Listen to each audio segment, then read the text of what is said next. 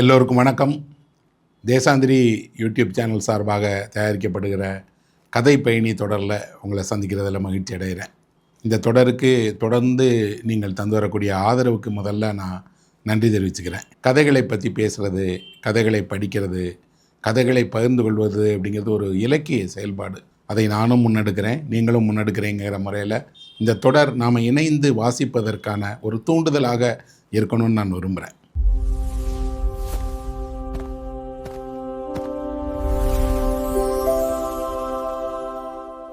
நம்ம காலகட்டத்தில் அதிகமாக விலைக்கு வாங்கப்படக்கூடிய சில பொருட்கள் இருக்குது. அதில் ஒன்று சிரிப்பு. சிரிப்பை பொது இடத்துல நம்ம கேட்குறத குறைச்சிக்கிட்டோம், நாம் சிரிக்கிறதையும் குறைச்சிக்கிட்டோம். சிரிப்பை எவ்வளோ பணம் கொடுத்து வேணாலும் வாங்க தயாராக இருக்கிறோம். நீங்கள் ஒரு ஸ்டாண்டப் காமெடி நிகழ்ச்சிக்கு போனாலோ, அல்லது நகைச்சுவை மன்றத்துக்கு போனாலோ, அல்லது நகைச்சுவை பட்டிமன்றமோ, அல்லது நகைச்சுவை சார்ந்த திரைப்படங்களோ எதுக்கு போனாலும் அங்கே என்ன நடக்குது அப்படின்னா, நீங்கள் சிரிப்பை விலை கொடுத்து வாங்குறீங்க. ஒரு மலரை போல் தன்னியல்பாக தானே மலர்கிற சிரிப்பிலிருந்து அது விலை கொடுத்துற வாங்கப்படுற பொருளாக விஷயமாக எப்படி மாறுச்சு? ஆச்சரியமாக இருக்குது. பொது வெளியில் சிரிக்கிறவங்க குறைஞ்சிட்டாங்க. கூடி நண்பர்கள் சிரிக்கக்கூடிய காட்சிகள் ரொம்ப குறைவாக இருக்குது. விடுமுறை நாட்களில் நீங்கள் ஷாப்பிங் மாலுக்குள்ளே போனீங்கன்னா தெரியும், அங்கே அவ்வளோ பேர் இளைஞர்கள் வராங்க, ஆசையாக வர்றாங்க, உள்ளே சுற்றிட்டு இருக்கிறாங்க.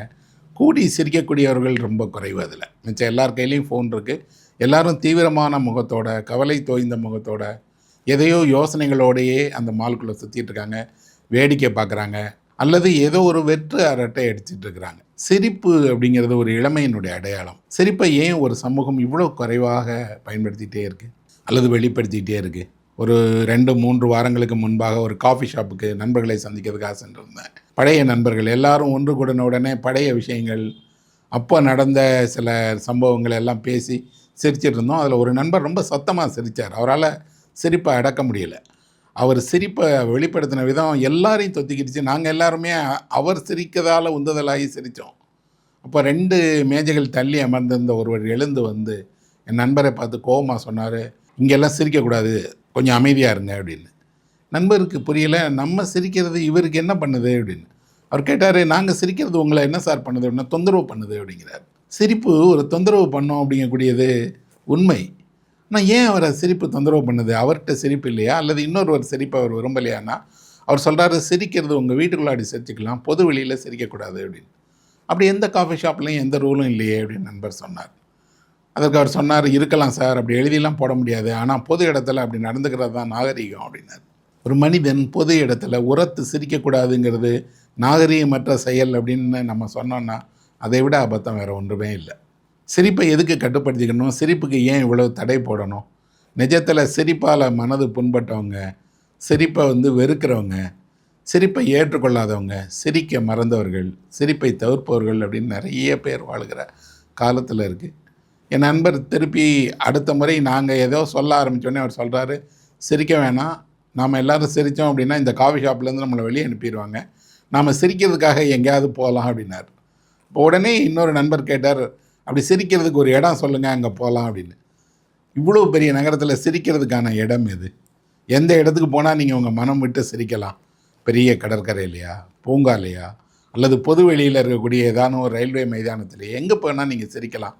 எங்கே போய் வேணாலும் சிரிக்கலாம். சிரிப்பு உங்களோட சுதந்திரம், உங்களோட அடையாளம், உங்களோட மகிழ்ச்சியை நீங்கள் வெளிப்படுத்துகிற விதம். ஆனால் அதை கண்காணிப்பவர்கள் வந்துட்டாங்க, தடுப்பவர்கள் வந்துட்டாங்க, சிரிப்பை விரும்பாதவர்கள் வந்துட்டாங்க அப்படின்னா ஏதோ ஒரு வகையான மனநல பிரச்சனை பெரிதாகிட்டே வருது அப்படின்னு தான் எனக்கெல்லாம் கவலையாக இருக்குது. சிரிப்பு அல்ல, சிரிப்புக்கு பின்னாடி இருக்கக்கூடிய சில உண்மைகளை நாம் ஏற்றுக்கொள்ள மறுக்கிறோம், மகிழ்ச்சியை ஏற்றுக்கொள்ள மறுக்கிறோம். யாரோ ஒருவர் இவ்வளவு சத்தமாக சிரிக்கிறாரே அப்படிங்கிறது நாம் சிரிக்க முடியலையே அப்படிங்கிறதுனுடைய அடையாளமாகவும் மாறி போயிடுது. அப்படி பார்த்தா சிரிப்பு தான் உண்மையிலே மனிதனுக்கு இருக்கக்கூடிய சிறப்புகளில் ஒன்று. வேறு எந்த விலங்கும் இப்படி வாய்விட்டு சிரிக்கிறதில்ல, சத்தமாக மகிழ்ச்சியை வெளிப்படுத்திக்கிறதில்ல. ஒன்று கூடி பழைய விஷயங்களை பேசி சிரிக்கக்கூடிய காட்சிகள் விலங்குகள்ட இல்லை, அது மனிதனுக்கே இருக்கக்கூடிய தனித்துவம். ஐசாக் அசிமோவ் அப்படின்னு ஒரு புகழ்பெற்ற அறிவியல் எழுத்தாளர் இருக்கிறார். நிறைய புத்தகங்கள் எழுதியிருக்கார், 400-500 புத்தகங்கள் எழுதியிருக்கார். அவர் ஜோக்ஸ்டர் அப்படின்னு ஒரு கதை எழுதியிருக்கிறார். இந்த சிரிப்பை பற்றின கதை தான் அது. அந்த கதை எதுனா, மனிதர்கள் எதுக்கு இப்படி திரும்ப திரும்ப ஜோக் சொல்லி சிரிச்சுக்கிட்டே இருக்காங்க, எங்கேருந்து இந்த ஜோக்கெல்லாம் உருவாகுது, இந்த சிரிப்பு நகைச்சுவை எங்கேருந்து உருவாகுது அப்படிங்கிறத ஒருத்தர் ஆய்வு செய்கிறார். ஒரு பெரிய கம்ப்யூட்டர். அந்த கம்ப்யூட்டர்ட்ட எது பற்றி கேட்டாலும் அது வந்து ஆராய்ச்சி பண்ணி சொல்லும். அந்த கம்ப்யூட்டர்ட்ட போய் அவர் கேட்குறாரு, இந்த சிரிப்பு எல்லாமே ஒருத்தர்ட்டேருந்து சொல்லி இன்னொருத்தருக்கு கடத்தப்படுதே தவிர, எங்கே இருந்து இந்த சிரிப்பு வருது? மனிதர்கள் எதற்காக சிரிக்கிறாங்க? சிரிப்பின் மூலம் எது? அப்படின்னு அதை கேட்குறாரு. கேட்டுட்டு அதை எனக்கு நீ கண்டுபிடிச்சு சொல்லுங்கிறார். இப்போ இருக்கிற ஒரு ஏஐ மாதிரி வச்சுக்கோங்களேன்.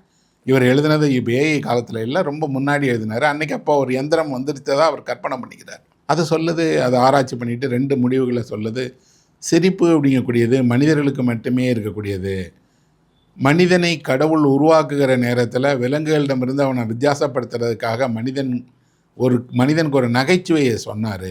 அதுக்கப்புறம் தான் மனிதன் பிறந்தான். அதனால் மனிதனோட பிறப்பிலேயே ஒரு நகைச்சுவை உணர்வு கூடுதலாக அவனுக்கு இருக்குது அப்படின்னு சொல்லுது. சொல்லிவிட்டு மனிதர்கள் ஒருவேளை சிரிப்பை எதுக்கு பயன்படுத்துகிறாங்கங்கிறத தொடர்ந்து ஆய்வு பண்ணி மனிதனோட உளவியலை கண்டுபிடிக்கிறதுக்காக ஏதேனும் ஏலியன் கூட இந்த வேலையை செஞ்சுருக்கலாம் அப்படின்னு சொல்லுது. அப்படின்னா சிரிக்க நீங்கள் மறந்துட்டீங்கன்னா, சிரிப்பு உங்களை விட்டு போயிடுச்சுன்னா, சிரிப்பதற்கான தருணங்களில் வாய்விட்டு நீங்கள் சிரிக்கலைன்னா, நீங்கள் வெறும் ஒரு ஜடப்பொருள், நீங்கள் வெறும் ஒரு உணர்ச்சியற்ற மனிதனாக கருதப்படுறீங்க அப்படிங்கிறது தான் உண்மை. இவ்வளவு முக்கியமான ஒரு சிரிப்பை பழைய காலத்துலலாம் எப்படி இருந்தாங்கன்னா, அரச சபையிலேயே இந்த மாதிரியான விகட கவிகள் இருந்தாங்க. பொது வெளியில் எல்லாரும் ஏதான ஒரு சர்மத்தில் சிரித்தாங்க.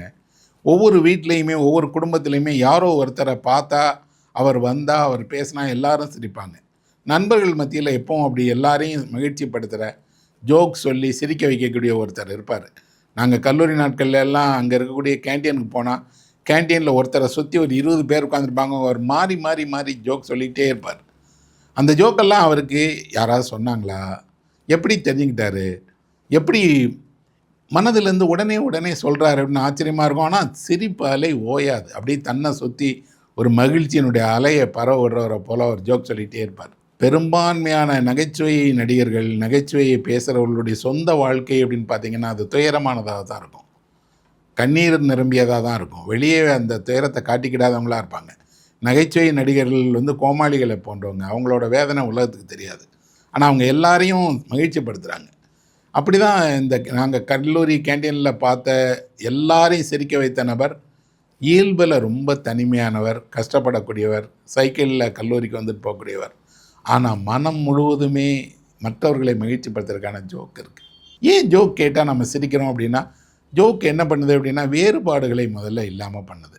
எதை பற்றியெல்லாம் ஜோக் சொல்கிறாங்க? பொதுவாக தமிழில் சொல்லப்படக்கூடிய ஜோக்கில் சில அநாகரிகமான நகைச்சுவை இருக்குது. அது என்னென்னா, உடலை கேலி செய்கிறது, உருவத்தை கேலி செய்கிறது, உண்பதை கேலி செய்கிறது, ஆளுனுடைய திறமையை கேலி செய்கிறது, அவர்களுடைய உருவத்தில் இருக்கக்கூடிய சிறு குறைபாடுகளை சொல்லி அவர்களை கேலி செய்வதுங்கிறது வந்து ஒரு தவிர்க்க வேண்டிய ஒரு நகைச்சுவை. நல்ல நகைச்சுவை இல்லை. நல்ல நகைச்சுவை எப்படி இருக்கும் அப்படின்னா, முல்லா அப்படின்னு உங்களுக்கு கேள்விப்பட்டிருப்பீங்க. முல்லாவினுடைய நகைச்சுவை ஒரு தூய நகைச்சுவை. அடுத்தவரை புண்படுத்தாது, நினைத்து நம்மளை சிரிக்க வைக்கும். அப்புறம் அந்த சிரிப்புக்கு பின்னாடி ரொம்ப நேரம் கழித்து யோசித்தாலும் திரும்பி நமக்கே சிரிப்பு வரும். அப்படி முல்லாவினோட ஒரு நிறைய நகைச்சுவை, சின்ன நகைச்சுவை கதைகளாக முல்லா சொன்னதற்கு தமிழ்லேயே கூட வெளியாக இருக்குது. அதில் முல்லா சொன்ன கதை ஒரு கதை இருக்குது. என்ன அப்படின்னா, முல்லா வந்து ஒரு அறைக்குள்ளாடி உடை மாற்றிட்டு இருக்கிறாரு. வெளியில் இருக்கக்கூடிய அவங்க மனைவி கேட்குறாங்க, உள்ளே என்னங்க சத்தம் அப்படின்னு சொல்லி. சட்டை கீழே விழுந்துருச்சு அப்படிங்கிறார். அது இவ்வளவு சத்தம் இவ்வளோ சட்டை கீழே விழுந்ததுக்காக இவ்வளோ சத்தம்னு கேட்குறாங்க. அதை அவர் சொல்கிறார், சட்டைக்குள்ளே நான் இருந்தேன் அப்படின்னு சொல்கிறார். அப்போது அவர் தடுமாறி கீழே விழுந்துட்டார். ஆனால் கீழே விழுந்ததை அவர் சொல்கிறதுக்கு எவ்வளோ அழகாக அதை சொல்கிறார் பாருங்க. வெறும் சிரிப்பு மட்டுமல்ல, சின்னதாக தாண்டினீங்கன்னா அதுக்கு பின்னாடி ஒரு தத்துவார்த்தமானதாக வந்துடுது.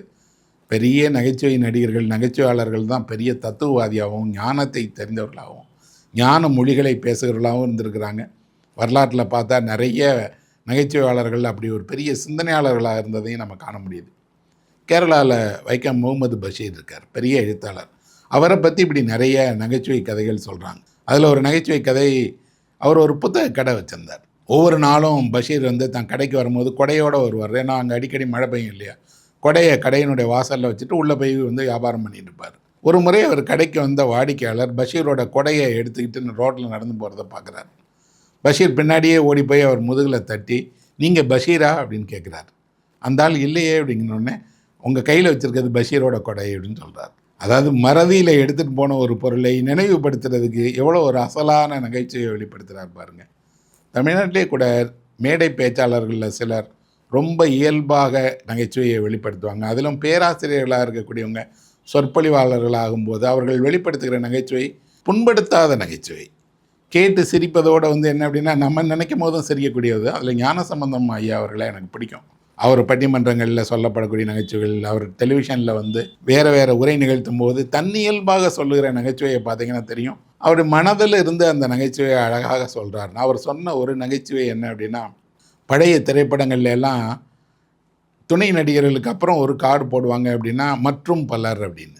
அந்த மற்றும் பலர்னால் படத்தில் வேறும் நிறைய பேர் நடிச்சிருக்காங்கங்கிறதுக்காக அந்த கார்டு போடுவாங்க. அதை பற்றி ஒரு ஜோக் சொன்னார். மதுரையில் ஒரு தியேட்டரில் ஒருத்தன் படம் பார்க்க போகிறான். இந்த மற்றும் சிலருங்கிற வந்த உடனே பக்கத்தில் கொண்டு சொல்கிறான், மாப்பிள்ள இந்த மற்றும் சிலர் இருக்கானே எல்லா படத்துலேயும் வந்துடுவான் மாப்பிள்ள, இவனை விட்டுட்டு படமே எடுக்க முடியல அப்படின்ட்டு சொன்னான்னு சொல்கிறார். அதை கேட்ட வருடம் அரங்கமே சிரிக்குது. அது அந்த கேட்டவனுடைய ஒரு அறியாமை. இன்னொன்று மற்றும் சிலருங்கிறது ஒருத்தரோட பேருன்னு ஒருத்தர் நினச்சிக்கிறதுக்கான சாத்தியம் இருக்குது இல்லையா? நல்ல நகைச்சுவை இப்படி தான் இருக்கும். என்ன அப்படின்னா, அதை சொன்ன மறுநிமிடம் தன்னறியாமல் அதை சிரிக்க வைக்கும். அந்த சிரிப்புக்கு பின்னாடி இருக்கக்கூடிய ஒரு மகிழ்ச்சியை பரவ விடக்கூடியதாக இருக்கும். இதில் நகைச்சுவையில் பெரிய பெரிய பெரிய பெரிய ஜாம்பவான்கள் இருந்தாங்க. அவங்க என்ன பண்ணாங்க அப்படின்னாங்கன்னா, சினிமாவில் அதுலேயும் மௌன படங்களில் நகைச்சுவையை உருவாக்கி காட்டி சினிமா மேலே இவ்வளவு ஈர்ப்பு உலகம் பூரா வந்ததுக்கு ஒரு முக்கியமான காரணம், மௌன படங்களில் நிறைய நகைச்சுவை காட்சிகள் இருந்தது. அதுலேயும் சாப்ளின் மாதிரியான ஒருத்தருடைய நகைச்சுவையெல்லாம் நீங்கள் பார்த்தீங்கன்னா தெரியும். மௌன படத்தில் சாப்ளின் ஒரு வார்த்தையை கூட பயன்படுத்தாமல் நம்ம சிரிக்க வைத்தது இருக்குல்லையா, அது வந்து மகத்தான ஒரு செயல். ஒரு பெரிய கலைப்படைப்பு தரக்கூடிய அனுபவத்தை அவர் 2-3 நிமிட ஒரு மௌன படத்திலேயே கொடுத்துருவார். அதில் அவர் தன்னையே ஒரு கதாபாத்திரமாக மாற்றிட்டு வேடிக்கை பொருளாக வச்சுட்டு அவர் செய்யக்கூடிய நகைச்சுவை காட்சிகள்லாம் உயர்வான நகைச்சுவையோட அடையாளம். அதில் ஒரு நகைச்சுவை அரசியல் நகைச்சுவை. அரசியலை அவர் கேலி செய்தார். நகைச்சுவைக்கும் கேலி கூத்துக்கும் வித்தியாசம் இருக்குது. இன்று நடப்பதெல்லாம் கேலி கூத்துகள். நகைச்சுவைங்கிறது உன்னதமான ஒன்று. அதுவும் நகைச்சுவையில் வந்து என்ன இருக்கும் அப்படின்னா, அதை சொல்லும்போது சொல்பவர் சிரிக்க மாட்டார், கேட்பவர்கள் அத்தனை பேரும் சிரிப்பாங்க. அப்படி சாப்ளின் ஒரு படம் எடுத்தார், த கிரேட் டிக்டேட்டர் அப்படின்னு அந்த படத்தோட பெயர். அந்த சர்வாதிகாரியை பற்றின படம் அது. யார் சர்வாதிகாரி? ஹிட்லர். ஹிட்லரை போலவே ஒரு உடை அணிந்துட்டு, ஹிட்லர் மீசை வச்சுக்கிட்டு, ஹிட்லர் மாதிரியே அதில் சாப்ளின் வருவார். அதில் அவர் என்ன செய்வார்னா, அதில் மறக்க முடியாத ஒரு காட்சி இருக்குது. ஒரு பெரிய பூமி பந்து, அந்த உலக உருண்டையை தன்னோட கால்களால், அதுலேயும் இடது காலால் எத்தி பந்து போல் அவர் விளையாடுகிற காட்சி இருக்குது. அது அப்படியே அந்த அறைக்குள்ளாடி பறந்து போகும். உலகத்தை பந்தாட நினைக்கிறார் ஹிட்லர், ஒரு விளையாட்டு பொருளை போல் கையாளுறாருன்னு சொல்லி ஹிட்லர் வாழ்கிற காலத்திலேயே சாப்ளின் ஒரு பெரிய நகைச்சுவையின் வழியாக அவ்வளோ பெரிய அதிகாரத்துக்கு எதிராக ஒரு குரலை எழுப்பினார். அந்த படத்தில் சாப்ளின் ஆற்றுகிற இறுதி காட்சியில் வரக்கூடிய உரைங்கிறது மாணவர்கள் அத்தனை பேருமே அதை மொழிபெயர்த்து அச்சிட்டு வாசிக்க வேண்டிய ஒரு உரைன்னு சொல்லுவேன். ஏன்னா அதுதான் ஒரு பிரகடனம், உண்மையில் சமாதானத்துக்காக மனித மேன்மைக்கான ஒரு பிரகடனத்தை அந்த படத்தில் சாப்ளின் வந்து நிகழ்த்துகிறார். அதில் ஹிட்லர் அவர் வந்த பிறகு அவர் செய்யக்கூடிய வேடிக்கைகள் இருக்கு இல்லையா, அதை ஹிட்லர் தன் காலகட்டத்தில் நிஜமாக செய்தார். ஆனால் தீவிரமாக செய்தார், மோசமாக செய்தார். செய்ததோடு அவர் என்ன பண்ணார் அப்படின்னா, அவர் சிரிக்க மாட்டார், சிரிப்பவர்களை அனுமதிக்கவும் மாட்டார். கோடான கோடி மனிதர்களுடைய சிரிப்பை பறித்தவர் தான் ஹிட்லர். அவரை ஒரு கதாபாத்திரமாக வச்சுக்கிட்டு அந்த கதாபாத்திரத்தின் மீது இவ்வளோ பெரிய நகைச்சுவையை சொல்லி அந்த நகைச்சுவையை எல்லாரையும் ரசிக்க மாதிரி செய்கிறதுங்கிறது சாதாரண விஷயம் இல்லை. இப்போ கூட நீங்கள் யூடியூப்பில் போனீங்கன்னா கிரேட் டிக்டேட்டர் படம் கிடைக்கிது, பாருங்கள், குடும்பத்தோடையே பாருங்கள். அப்போ உங்களுக்கு என்ன தெரியும் அப்படின்னா, ஒரு நல்ல நகைச்சுவை எந்த அளவுக்கு விழிப்புணர்வை தரக்கூடியதாக இருக்கும், ஒரு சமூக மாற்றத்துக்கு கருவியாக இருக்கும் அப்படின்னு. நிறைய நாடுகளில் கேலி சித்திரங்களை தடை பண்ணியிருக்காங்க. கேலி சித்திரங்களை அனுமதிக்க மாட்டாங்க. கேலி சித்திரம் வரைகிறவர்களை கைது செய்து சிறையில் அடைச்சிருக்காங்க. அவர்கள் பெரிய தவறு ஒன்றும் பண்ணலை, அவர்கள் எந்த ஆயுதத்தையும் பயன்படுத்தலை.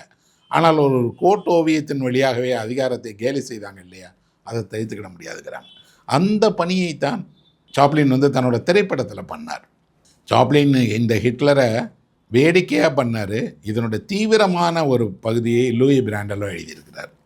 லூயி பிராண்டலோ யாருன்னு பார்த்தீங்கன்னா, நோபல் பரிசு பெற்ற இத்தாலியினுடைய புகழ்பெற்ற நாடக ஆசிரியர், எழுத்தாளர். அவர் ஒரு கதை எழுதியிருக்கார். இந்த கதையும் சிரிப்பை பற்றி தான். ஆனால் சிரிப்பு அனுமதிக்கப்படாததை பற்றியது. யாரோ சிரிக்கிறார்கள் அப்படின்னு அந்த கதையோட தலைப்பு. பிராண்டலோனுடைய புகழ்பெற்ற கதை. அவர் வந்து ஒரு நாடக ஆசிரியராக எவ்வளோ புகழ் பெற்றிருந்தாரோ அதே அளவுக்கு கதாசிரியராகவும் இலக்கிய ரீதியாகவும் அவருக்கு பெரிய புகழ் இருந்தது. அதில் அவரோட இந்த யாரோ சிரிக்கிறார்கள் கதை எப்படி ஆரம்பிக்கும் அப்படின்னா, ஒரு நடன மண்டபம், அங்கே திடீர்னு அரசாங்கம் ஒரு உத்தரவு போட்டுச்சு, எல்லாரும் அங்கே ஒன்று கூடுங்கன்னு. ஊரில் இருக்கக்கூடிய முக்கிய பிரமுகர்லேருந்து எல்லாரும் ஒரு நடன மண்டபத்தில் ஒன்று கூடுறாங்க. ஒருத்தர் பார்த்துக்கிறாங்க, இவர் ஏன் அங்கே வந்திருக்கிறாரு, அவர் ஏன் வந்திருக்காரு, ஏதாவது அங்கே விசாரணை நடக்க போதா, அங்கே ஏதாவது நிகழ்ச்சி நடக்க போதா, அறிவிப்பு கொடுக்க போகிறாங்களா, என்ன நடக்க போகுதுன்னு தெரியல. ஆனால் அந்த நடன மண்டபத்தில் எல்லா ஊரோட முக்கியமான ஆட்களும் அவ்வளோ பேரும் திரண்டிருக்காங்க. அப்படி நடப்பது அங்கே வாடிக்கை. ஏன் அப்படின்னா ஹிட்லரும் முசோலினியும் எப்போ எதை அறிவிப்பாங்கன்னு தெரியாதோட உடனடியாக அவர்களுடைய வாழ்க்கையில் ஒரு நெருக்கடி உருவாக ஆரம்பிச்சிடும் ஜனங்களுக்கு. அப்போது ஜனங்க பயந்து போய் அந்த மண்டபத்தில் கூடியிருக்காங்க. யார் முகத்தையும் யாரும் பார்த்துக்கிட முடியல. அவங்க காத்திருக்கிறாங்க, நேரம் கடந்துகிட்டே இருக்குது. ஆனால் நேரம் கடக்கும் போதெல்லாம் அவங்களுக்கு என்ன இருக்குது, நம்ம எதுக்காக இங்கே ஒன்று கூடியிருக்கோம், யார்கிட்ட கேட்குறது, என்ன நடக்க போகுதுன்னு. இப்போது இந்த மண்டபத்தினுக்குள்ளாடி ஒரு பெரிய அறை இருக்குது. அந்த அறைக்குள்ளே யாரோ போகிறாங்க, வெளியில் வராங்க. உள்ளே ஏதாவது விசாரணை நடக்குதா, எதையாவது சந்தேகப்படுறாங்களா, கேட்குறாங்களா, எதுவுமே தெரியல. ஆனால் இந்த சந்தேகத்தின் பேரில் உள்ளே போன ஒவ்வொருத்தர் வெளியே வரும் போதும் அவங்களோட முகம் மாறி இருக்கிறத, இறுக்கமாக இருக்கிறத பார்க்குறாங்க. இந்த மண்டபம் முழுவதும் இறுக்கமாக இருக்கும்போது திடீர்னு எங்கேருந்தோ ஒரு வெடிச்சிரிப்பு கேட்குது. யாரோ சத்தமாக சிரிக்கிறாங்க. இந்த சிரிப்பு உண்மையில் அவர்களை எல்லாரையும் கொஞ்சம் ஆசுவாசப்படுத்திக்கிறது. பரவாயில்ல, இந்த இறுக்கத்தை கலைக்கிறது, யாரோ சிரிக்கிறாங்களேன்னு. அதே நேரம் அவங்க எல்லாருக்கும் ஒரு கோபத்தை உண்டாக்குது. இவ்வளவு நெருக்கடிக்குள்ளாடி யாரோ ஒருத்தன் சிரிக்கிறானே, அவன் யார், முட்டாளா, எதிர்ப்பாளரா, கலகக்காரனா, அறியாமல் சிரிக்கிறானா, சிறுவனா, அல்லது இங்கே நடக்கிறதெல்லாம் ஒரு கேலி கூத்துன்னு ஒருத்தன் சுட்டி காட்டுறதுக்காக சிரிக்கிறானா அப்படின்னு யாருன்னு பார்க்குறாங்க. அது யாருன்னு தெரியல. இப்போ அவர்கள் சிரிப்பை தேட தொடங்குறாங்க. அந்த சிரித்த மனிதனை தேட சொல்கிறாங்க. சிரிப்பை ஒரு குற்றம் என அங்கே இருக்கக்கூடிய எல்லாரும் கருதுகிறாங்க. அந்த குற்றம் யாருக்கு எதிரான குற்றம், அதிகாரத்துக்கு எதிரான குற்றம்.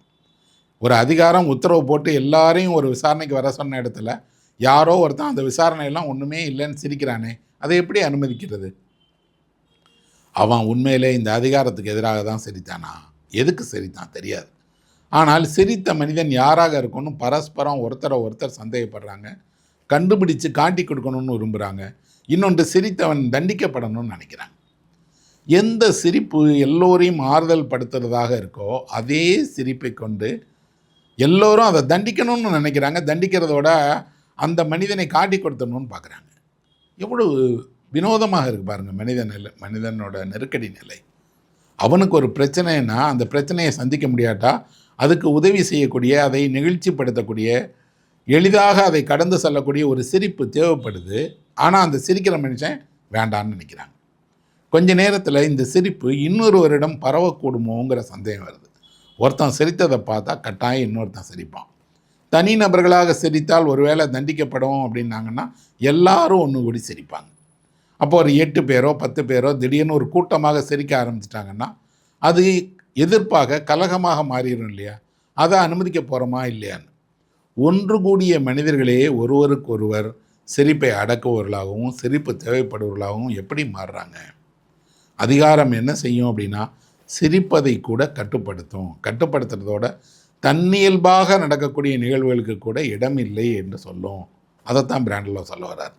இந்த கதையை முடியலை, நான் முடிக்கலை. ஆனால் நீங்கள் அந்த கதையை முடிக்கும்போது படித்து பாருங்கள், அப்போ தெரியும் உங்களுக்கு.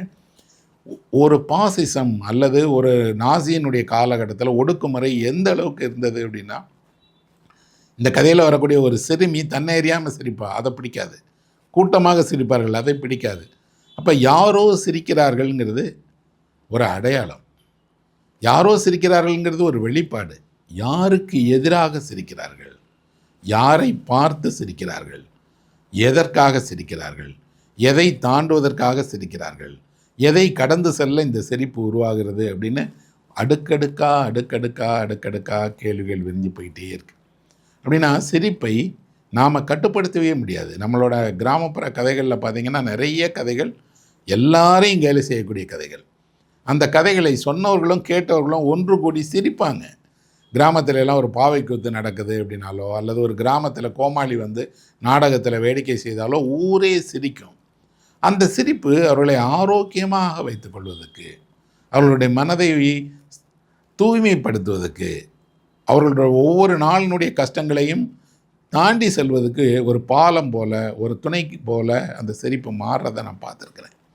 ஆனால் நம்ம காலத்தில் சிரிப்பு அப்படி மெதுவாக வந்துட்டு ஒரு செயற்கை பொருளை போல் மாறிடுச்சு.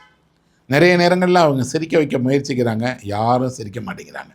அல்லது சிரிக்கக்கூடிய மனிதன் சந்தேகப்படக்கூடியவனாக இருக்கான்.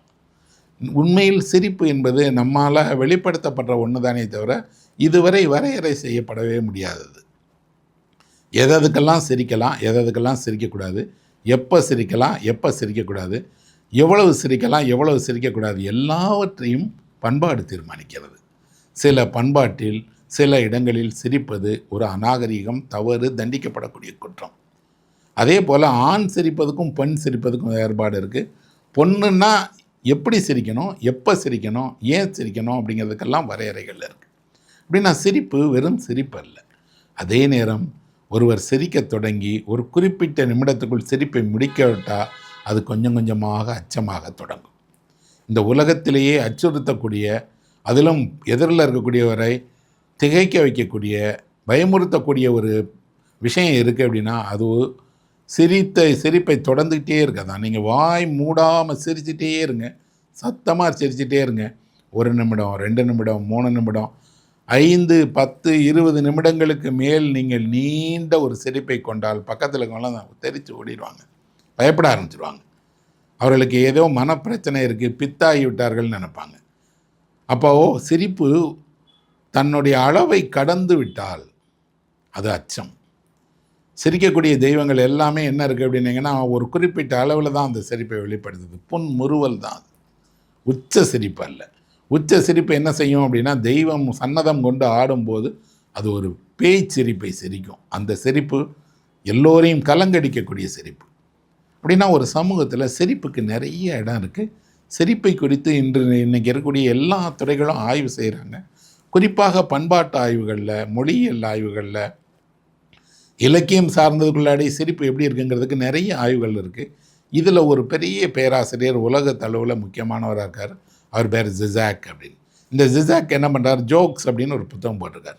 நகைச்சுவை எப்படி ஸ்டாலின் காலத்தில எல்லாம் ஒரு ஆயுதமாக பயன்படுத்தப்பட்டது, எங்கெல்லாம் உலகத்தில் ஒடுக்குமுறை நடக்குதோ அங்கெல்லாம் நகைச்சுவையை கொண்டு எப்படி மக்கள் தன்னோட விடுதலையை உருவாக்குறாங்க, எதுக்கு எதிராக எல்லாம் நகைச்சுவை இருக்குது அப்படிங்கிறத நிறையா சொல்கிறாரு.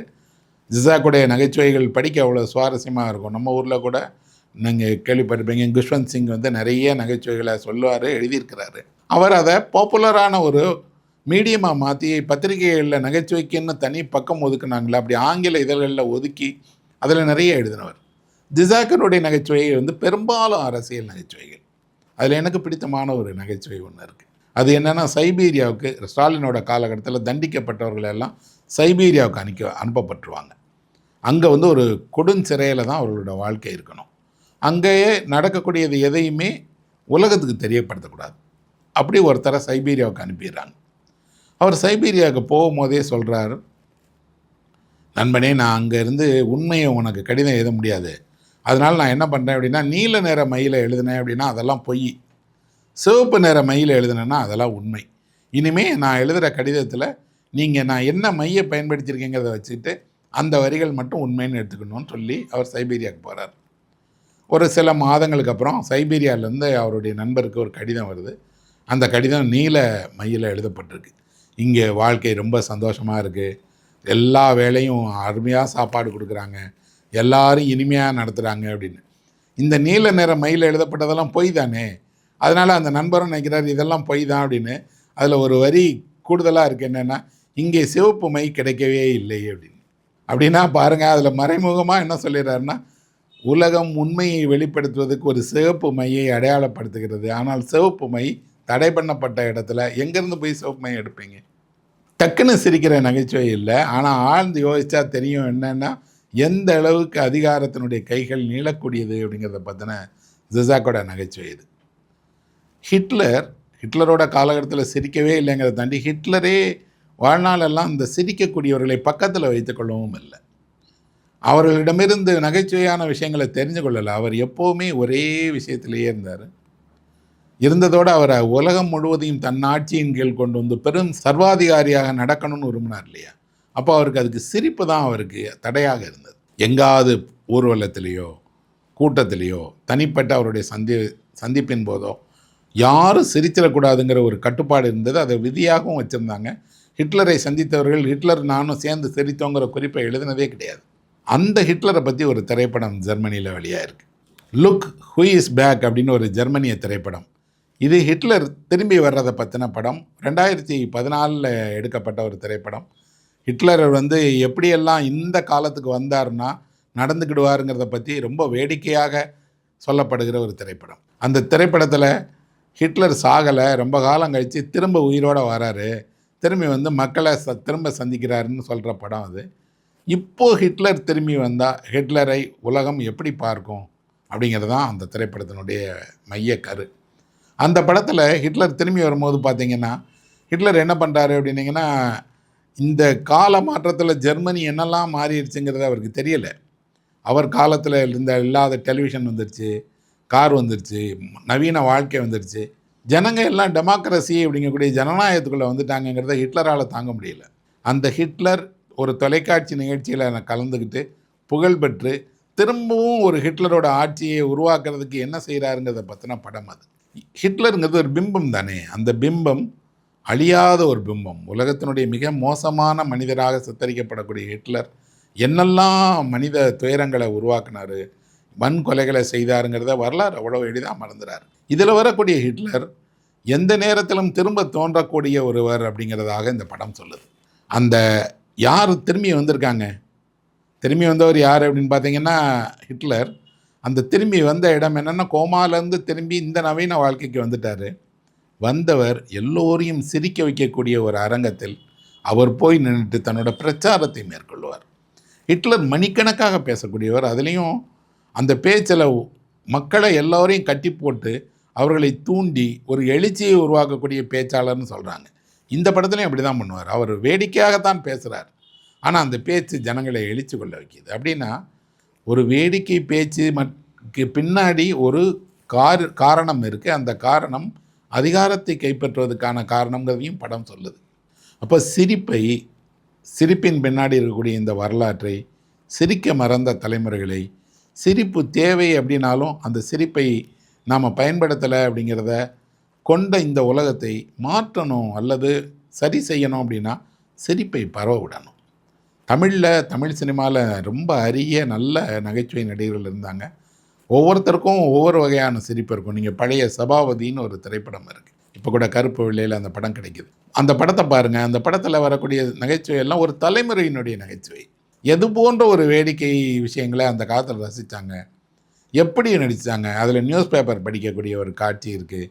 ஆசிரியருக்கும் டிஆர் ராமச்சந்திரனுக்கும் நடக்கக்கூடிய ஒரு காட்சி இருக்குது. அவர் வீட்டில் வந்து சின்ன நிகழ்வுகளின் போது அவங்க பேசிக்கிற உரையாடலில் ஒரு நகைச்சுவை இருக்குது. அது அந்த காலகட்டத்தினுடைய நகைச்சுவை. அப்புறம் நாகேஷ் வந்தார், நாகேஷோட காலகட்டத்தில் இருந்த நகைச்சுவை. எனக்கு இந்த திரை நகைச்சுவை நடிகர்களில் சந்திரபாபுவை ரொம்ப பிடிக்கும். சந்திரபாபு வெறும் நகைச்சுவை நடிகரா அப்படின்னா, சந்திரபாபுனுடைய வாழ்க்கையை எடுத்து தனியாக பார்த்தீங்கன்னா அவர் ஒரு துயர நாயகன்.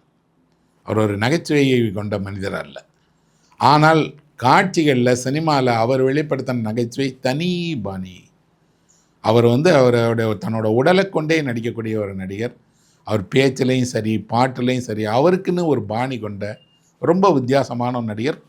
மெல்ல அவர் வந்து ஒரு தத்துவார்த்தமான பாடல்களை பாடி சிரிப்பின் வழியாக சிந்திக்க வைக்கக்கூடிய, சிரிப்பின் வழியாக ஆழ்ந்த உண்மைகளை சொல்லக்கூடிய, சிரிப்பின் வழியாக சிரிக்கிறதுக்காக இல்லை இந்த வாழ்க்கை என்பதை உணர்த்தக்கூடியவராக சந்திரபாபு இருந்தார். ஆச்சரியமாக இருக்குது, இப்போது கடந்த ஒரு 7-8 ஆண்டுகளுக்குள்ளாடி சந்திரபாபு ஒரு கல்ட் ஃபிகராக மாறிட்டார். தமிழில் இளைஞர்களால் அதிகம் நேசிக்கப்படக்கூடிய, விரும்பக்கூடிய பாடல்களாகவும் சரி, ஆளுமையாகவும் சரி, அவரை கொண்டாடுகிறவர்கள் நிறைய இருக்காங்க. சிலர்லாம் அவரோட கல்லறையில் போய் மலர் வைத்து கிட்டார் இசைத்து சந்திரபாபுவை பாடுறாங்க, சந்திரபாபுவை கொண்டாடுறாங்க. அதெல்லாம் எனக்கு மகிழ்ச்சி தரக்கூடியதாக இருக்குது. ஏன்னா தமிழ் சினிமா வரலாற்றில் ஒரு கதாநாயகனுக்கு கிடைக்கக்கூடிய இடம் காமெடியனுக்கு கிடைக்காது. அந்த இடம் ஒரு சாப்ளினுக்கு கிடைச்சது உலக அளவில். சந்திரபாபுக்கும் நியாயமாக கிடைச்சிருந்துருக்கணும். அதே போல் சந்திரபாபுனோட வாழ்க்கை வரலாறை படமாக எடுக்கணும்னு நிறைய பேர் முயற்சி பண்ணிட்டே இருக்காங்க. அப்பப்போ அது தகவல்களாக வருது. யாராவது எடுத்தாங்கன்னா அது வந்து அவருடைய 2 பக்கங்களையும் கொண்டதாக இருக்கணும். திரைப்படத்தில் இருந்த சந்திரபாபு வேறு, ஆளுமையாக இருந்த சந்திரபாபு வேறு. அவரை பற்றி ஒரு நல்ல விரிவான புத்தகம் எழுதப்படலை. 1-2 புத்தகங்கள் வந்திருக்கு. அவரோட வாழ்வினுடைய சில சம்பவங்கள், முக்கியமான நிகழ்வுகளை தான் எழுதியிருக்கிறாங்க. ஆனால் யார் சந்திரபாபு, சினிமாக்குள்ளே என்ன பண்ணார், ஆளுமையாக எப்படி இருந்தார், அவருடைய மேற்கத்திய இசை, அவருடைய நடனம், அவருக்கு இருக்கக்கூடிய ஒரு சிரிப்பு பாணி எல்லாமும் தமிழ் சினிமாவில் வித்தியாசமான ஒன்று. அப்படின்னா சிரிப்பை உருவாக்குவதற்கு ஒரு பண்பாட்டு சூழல் வேணும்.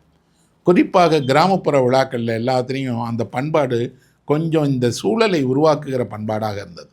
ஒரு திருவிழாவை நான் சிறு வயதில் பார்த்துருக்கேன். திருவிழாவில் அங்கங்கே ஜனங்க சிரிச்சிட்டே இருப்பாங்க.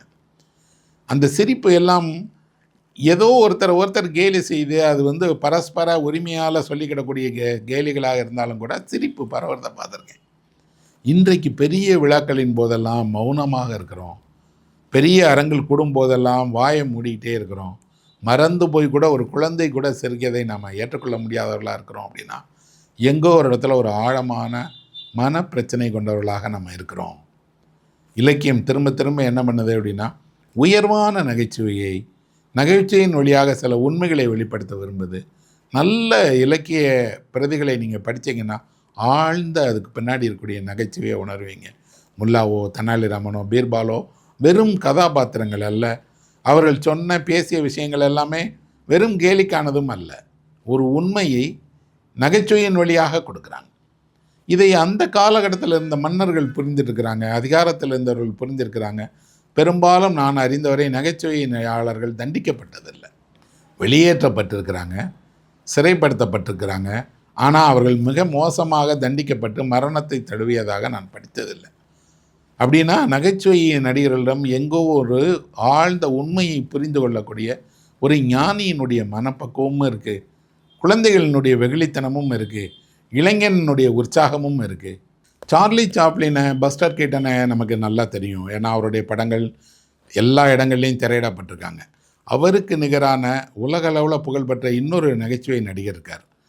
அவர் வந்து ஃப்ரெஞ்சு நகைச்சுவை நடிகர். அவர் பேர் வந்து ஜாக் தாதி அப்படின்னு. இந்த ஜாக் தாதியினுடைய திரைப்படங்கள் இன்றைக்கி பார்க்குறதுக்கு யூடியூப்பில் கிடைக்கிது, நீங்கள் பாருங்கள். ஜாக் தாதி தான் நான் சொல்லுவேன் அதை இந்த நகைச்சுவையினுடைய பெரும் கலைஞன் அப்படின்னு. ஏன்னா இந்த நவீன வாழ்க்கையை கேலி செய்கிறதுல இவரை மாதிரி ஒரு கேலி செய்தவர்களே கிடையாது.